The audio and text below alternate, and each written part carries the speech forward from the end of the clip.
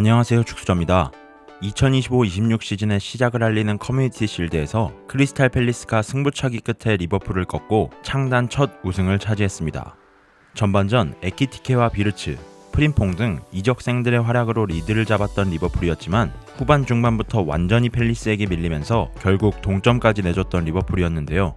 오늘 경기 리버풀과 팰리스의 전체적인 전술 구조는 어땠는지 리버풀의 주요 선수 평가를 해보고 번외로 오늘 경기 주심이었던 크리스 카바나 이야기로 마무리해보도록 하겠습니다. 그럼 리버풀의 선발 라인업부터 확인해보죠. 오늘 리버풀은 평소 사용하던 4-2-3-1 전술을 그대로 들고 나왔고 에키티케, 비르츠, 프림퐁, 케르케즈 4명의 신입생이 모두 선발 라인업에 이름을 올렸습니다. 특히 오늘 리버풀은 흐라벤베르가 아내의 출산 이슈로 명단 제외되었고 아직 풀핏이 아닌 메갈리스터는 벤치에서 출발하며 중원 조합을 커티스 존스와 소보슬라이로 구성했는데요. 오늘 경기 리버풀은 평소 사용하던 변형 백스리 전술을 그대로 사용했습니다. 기본 구조는 3위 빌드업으로 코나테, 반다이크, 케르케즈가 변형 백스리를 만들고 소보슬라이와 커티스 존스가 중원에 위치했죠.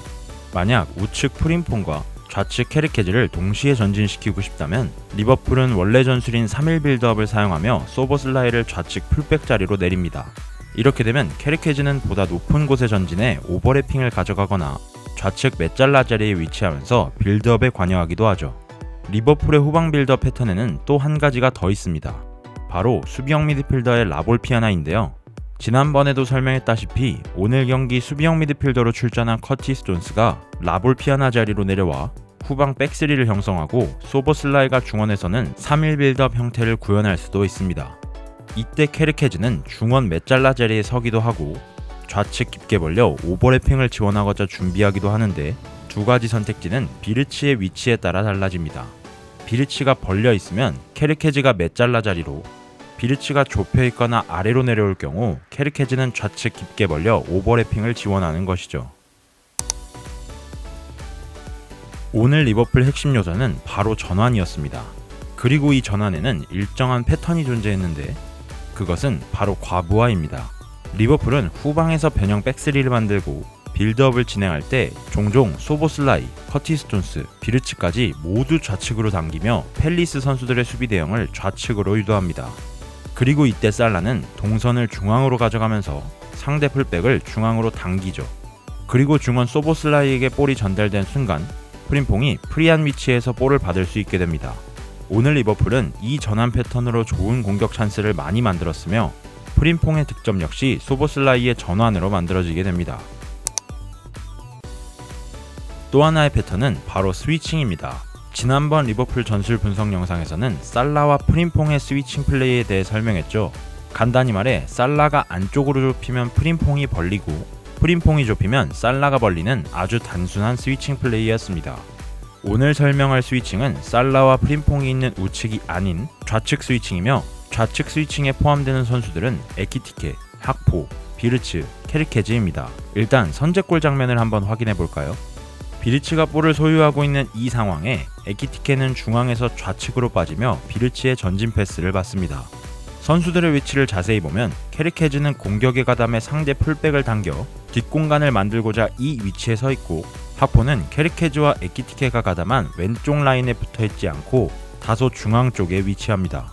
에키티케는 왼쪽에서 볼을 받고 소유한 뒤 다시 비르츠에게 내줬고 비르츠는 좌측 하프 스페이스에 공간이 생긴 에키티케에게 다시 볼을 전달합니다. 그리고 에키티케의 이른 시간 선제 득점이 나오죠. 물론 이 득점 장면에서 에키티케의 마무리는 정말 대단했고 볼을 받은 이후부터는 순전히 개인 능력으로 만든 득점이지만 좌측에서 벌어지는 에키티케와 비르츠의 패스 앤 무브가 이 득점에 관여한 지분 역시 무시할 수 없겠죠. 71분 에키티케가 교체되기 전까지 에키티케는 좌측으로 이동해 비르츠, 학포와 연계를 가져가는 경우가 많았습니다. 아까 말씀드렸던 것처럼 비르츠가 사이드라인으로 벌리자 케르케즈는 메잘라 자리로 좁혀 중원을 지원하죠. 이 장면에서도 에키티케, 비르츠, 학포, 케르케즈까지 가담한 연계 플레이에 이은 에키티케의 좋은 슈팅 찬스가 나왔습니다. 그렇다면 팰리스의 전술 구조를 확인해보죠. 팰리스의 전술 구조는 정말 간단했습니다. 중원에서 강하게 싸움을 걸어 볼을 탈취한 후 뒷공간으로 때려놔 골문을 직접적으로 노리는 결정적인 기회를 창출하는 것. 그리고 팰리스는 특히 후반에 이 전술로 분위기를 주도하기 시작합니다. 팰리스의 두 번째 득점 장면도 마찬가지입니다. 수비 지역에서 빠르게 볼을 전개하는 학포의 드리블을 휴즈가 강하게 압박해 볼을 뺏어냅니다. 그리고 볼을 받은 와트는 침투하는 사르에게 스루 패스를 하고 이는 득점으로 이어지죠. 물론 와튼의 패스가 나올 때 반다이크의 다소 아쉬운 판단으로 사르에게 뒷공간을 완전히 내준 것이 결정적인 실점 요인이 되었지만 오늘 경기에서 팰리스가 다소 어이없는 패스를 많이 보여주며 한결같이 노린 뒷공간은 오늘 터진 두 개의 득점에 모두 직접적으로 관여되었습니다. 자, 그럼 리버풀 선수들 개인 평가를 해보죠. 먼저 비르츠. 오늘 비르츠는 완벽했습니다. 이번 시즌 리버풀에 합류했지만 마치 없어서는 안 될 핵심 선수처럼 플레이하며 리버풀의 공격을 주도했죠. 비르츠가 오늘 보여준 플레이는 대표적으로 하나만 꼽기 미안할 정도라 모두 이야기하려고 합니다. 일단 제가 생각하는 비르츠의 최대 장점, 템포 살리기입니다. 비르츠는 템포를 살려 역습을 진행해야 하는 상황에서 나오는 원터치 패스가 정말 환상적입니다. 지금 장면도 학포의 패스를 이어받아 역습을 진행하는 장면이고 상대 수비수가 압박을 달려나오자 지체 없이 앞으로 패스를 건네죠. 여기서 비르츠의 클래스가 나오는데 이 패스를 왼발로 회전을 걸어 앞으로 던져 넣습니다. 에키티케가 왼쪽에서 볼을 받아 자연스럽게 안쪽으로 드리블을 할 수 있게 만든 가장 효과적인 패스를 보여준 것이죠. 에키티케와 비르츠 모두 좌측지향적인 선수들이고 역습을 진행할 때 템포를 잘 살려줄 수 있는 선수들인 점을 감안하면 이번 시즌 리버풀의 좌측 공격은 주목해볼 필요가 있습니다. 비르츠의 또 다른 장점, 바로 탈압박입니다. 탈압박에는 크게 두 종류가 있죠. 조자룡처럼 홀로 적진으로 들어가 드리블로 상대를 제치는 탈압박과 동료를 이용하여 탈압박하는 연계 플레이. 비르츠는 정말 적절하게 이 두 가지를 혼합해 잘 사용합니다. 지금도 비르츠는 수비진에서 나온 패스를 받을 때 상대 선수의 역동작을 유도하는 트래핑으로 손쉽게 전방을 바라보며 돌아서고 근처에 있는 소보슬라이를 활용하여 원투 패스로 자연스럽게 중원지역 압박을 풀어냅니다. 이게 정말 대단한 점인데 비르츠는 드리블이 필요한 상황과 패스가 필요한 상황에서 내리는 선택이 정말 군더더기 없이 깔끔합니다.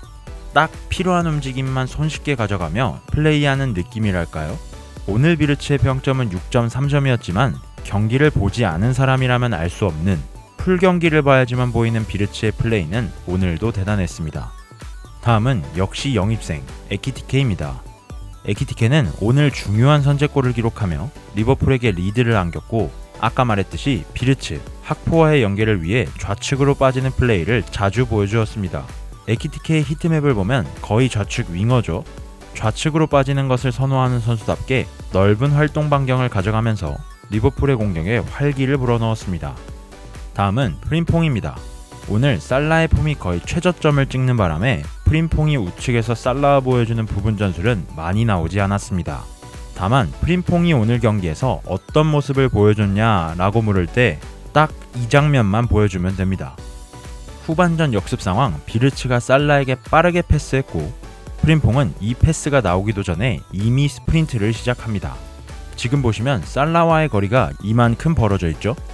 불과 4초 뒤 프림퐁은 살라와 같은 라인까지 전진하면서 살라의 공격을 돕습니다. 저는 개인적으로 이 장면에서 살라가 더 빠른 타이밍에 패스했어야 했다고 생각하지만 어쨌든 프림퐁이 이번 경기 보여준 속도감은 정말 대단했습니다. 살라가 잘 풀리지 않는 경기들을 보면 우측면에서 고립되는 경우가 있는데 만약 우측 풀백으로 프림퐁이 나온다? 아마 이번 시즌 살라가 고립되는 일은 드물 것으로 보입니다. 뿐만 아니라 오늘 경기 케르케즈도 좋은 모습을 보여주었고 아까도 설명했듯이 주변 선수들의 움직임에 따라 변형 백스리가 되기도 하고 좌측 공격에 가담하기도 하며 유사시에는 미드필더처럼 움직이며 리버풀 후방 전술의 핵심 선수로 활약했습니다. 특유의 저돌성은 리버풀 팬들이 사랑하지 않을 수가 없겠더라고요. 사실 제가 생각하기에 지금 말한 4명의 신입생들과 알리송 그리고 코나테 정도를 제외하고는 단호하게 별로였습니다. 커티스 존스는 3선으로 활용되며 풋백 보호 역할을 맡기에 부족한 모습을 보여주었고 학포는 오늘 경기 경기력과 스탯 모두 지워졌죠. 그리고 제가 생각하기에 오늘 좋지 않았던 3명의 선수 중 가장 먼저 소보슬라이입니다. 사실 오늘 소보슬라이에게 못했다고 하면 약간 억울할 부분도 있을 겁니다. 특히 리버풀의 핵심적인 전환을 도마타 처리했고 중간중간 유연한 탈압박을 보여주기도 하였죠. 다만 제 생각에 소보슬라이가 오늘 경기 비판을 피할 수 없는 이유는 3선 자리에서 2선처럼 플레이하기 때문입니다. 아까 펠리스의 전술에서 봤던 이 장면, 소보슬라이는 이렇게 둘러싸인 상황에서 굳이 오른발 아웃프런트 패스를 시도하면서까지 전진할 이유가 없습니다. 이 시점에는 리버풀이 스코어를 리드하고 있었고 전진할 수 있는 공간은 막혀 있었죠. 그냥 편하게 센터백에게 다시 돌리며 빌드업을 진행했어도 무리가 없는 장면이었습니다. 만약 이 부분을 떼서 상대 페널티 박스 근처로 갖다 놓으면 침투하는 공격수에게 스루 패스를 넣어주는 10번 미드필더처럼 보일 겁니다. 그 정도로 3선 자리에서 시도하기 무리한 패스였습니다. 이 장면도 마찬가지입니다. 수비 진영에서 나온 패스를 커티스 존스와 주고받는 장면인데요. 사실 소보슬라이가 커티스 존스에게 패스했을 때 존스가 곧바로 비르치에게 패스하길 바랬겠지만 존스는 다시 소보슬라이에게 패스했고 이는 펠리스의 중원 압박에 싸먹히며 역습 찬스를 내주게 되었죠. 리버풀의 3선에 흐라벤베르와 메갈리스터가 없다면 어떤 일이 벌어지는지 제대로 보여준 오늘 경기 소보슬라이와 커티스 존스였습니다. 다음 워스트 선수는 모하메드 살라입니다. 오늘 살라의 총평은 그냥 잘 보이지 않았고 보이면 볼을 뺏겼다입니다. 에키티케와 비르츠가 가담하며 활발했던 좌측과는 다르게 오늘 우측은 살라가 아닌 프림퐁만 보일 정도로 잠잠했죠. 살라가 자주 보여주는 플레이 중 하나가 드리블할 때 달려드는 상대를 등지며 전진하는 플레이가 있죠. 저는 오늘 다소 프리한 상황, 뒤에서 달려드는 선수에게 볼을 뺏기는 장면을 보고 이번 시즌 정말 에이징 커브가 올 수도 있겠다 싶었습니다. 뿐만 아니라 오늘 살라의 슈팅은 밋밋했고 패스 선택과 타이밍도 좋지 못했으며 결국 승부차기 1번 키커로 나와 실축하며 지난 빌바오전에 이어 2번 연속 페널티킥 실축을 기록했죠. 디아스와 누네스의 이적, 안타까운 사고로 인한 조타의 사망 등 그렇지 않아도 공격진의 숫자가 부족한 리버풀인데 대체자가 없는 살라의 폼이 떨어진다면 이번 시즌 리버풀의 플랜은 크게 꼬이고 시작할 수 있겠습니다. 마지막으로 반다이크입니다. 반다이크를 워스트에 넣는 날이 올 줄은 몰랐는데 오늘 경기 2개의 실점에 모두 직접적으로 관여되며 최악의 모습을 보였습니다. 첫 번째 페널티킥을 내줄 때 저지른 파울은 다소 성급한 태클이었죠. 평소 반다이크였으면 발을 뻗지 않고 끝까지 따라가기만 하며 슈팅각을 주지 않았을 것 같아 오늘 태클 결정은 잘 이해가 되지 않았습니다. 그리고 두 번째 실점 당시 와튼이 패스 시도를 하자 반다이크는 마테타에게 볼을 줄 것을 예상하고 마테타를 강하게 압박하고자 앞으로 나갑니다. 하지만 옆에 사르가 이미 침투 준비를 하고 있었고 역동작에 걸린 반다이크는 사르에게 그대로 벗겨지며 실점을 내줬죠. 결론적인 이야기지만 이때 반다이크는 마테타에 대한 수비를 엔도에게 맡기고 더 위협적인 위치에 있는 사르를 끝까지 따라갔어야 합니다. 살라와 반다이크 모두 지금껏 보여준 클래스를 생각하면 이 걱정들 모두 기우에 불과하겠지만 두 선수 모두 나이가 적은 선수들은 아니죠. 시즌 초반임을 감안하더라도 이번 경기 반다이크의 수비 모습은 아쉬웠습니다. 펠리스 선수들 중 마테타, 사르, 에제, 와튼, 무뇨즈, 라크루아, 게이 등 많은 선수들이 좋은 모습을 보여주었지만 딱 한 명만 얘기하라고 하면 역시 골키퍼 딘 핸더슨을 얘기해야겠죠. 오늘 핸더슨은 승부차기에서 2개의 선방을 보여주면서 펠리스의 우승을 이끌었습니다. 특히 오늘 카메라에 잡힌 핸더스의 물병 커닝 페이퍼, 살라의 실축을 제외하고 모두 방향을 읽었고 그중 2번의 선방을 기록했습니다. 모자를 애용하는 키퍼답게 모자 세레머니가 상당히 인상적이었네요. 진짜 마지막으로 이야기할 것은 오늘의 심판 크리스 카바나입니다. 프리미어리그 많이 보신 분들은 아시죠? 특유의 맹한 표정과 초점을 잃은 눈, 일관성 없는 판정 등 다양한 문제를 많이 일으킨 주범 중 하나입니다. 경기 중 여러 차례 선수들과 공의 진로를 방해하더니 무뇨즈의 역습 찬스를 바디 체크로 막아버리는 모습까지 보여주며 역시 주말 예능 EPL을 시전하신 크리스 카바나 주심이었습니다. 석연치 않은 판정들도 있었죠. 와튼의 프림퐁 정강이 긁기나 메갈리스터의 핸드볼 파울 의심 상황 등 시즌 들어가기도 전부터 심판으로 골머리알을 생각하니 벌써 머리가 아프네요. 부디 이번 시즌에는 심판 관련 이슈가 없길 바랍니다. 커뮤니티 실드에서 우승한 팀은 그 시즌 리그 우승에 실패하는 징크스가 있죠. 리버풀은 저주를 피한 것일지 불안한 모습의 시작일지 지켜보겠습니다. 공교롭게도 프리미어리그 개막전 역시 리버풀 경기입니다. 본머스와의 맞대결이죠. 개막전뿐만 아니라 다양한 경기의 전술 분석은 계속 이어지니까요. 많은 관심 부탁드리겠습니다. 오늘도 영상 시청해주셔서 감사합니다.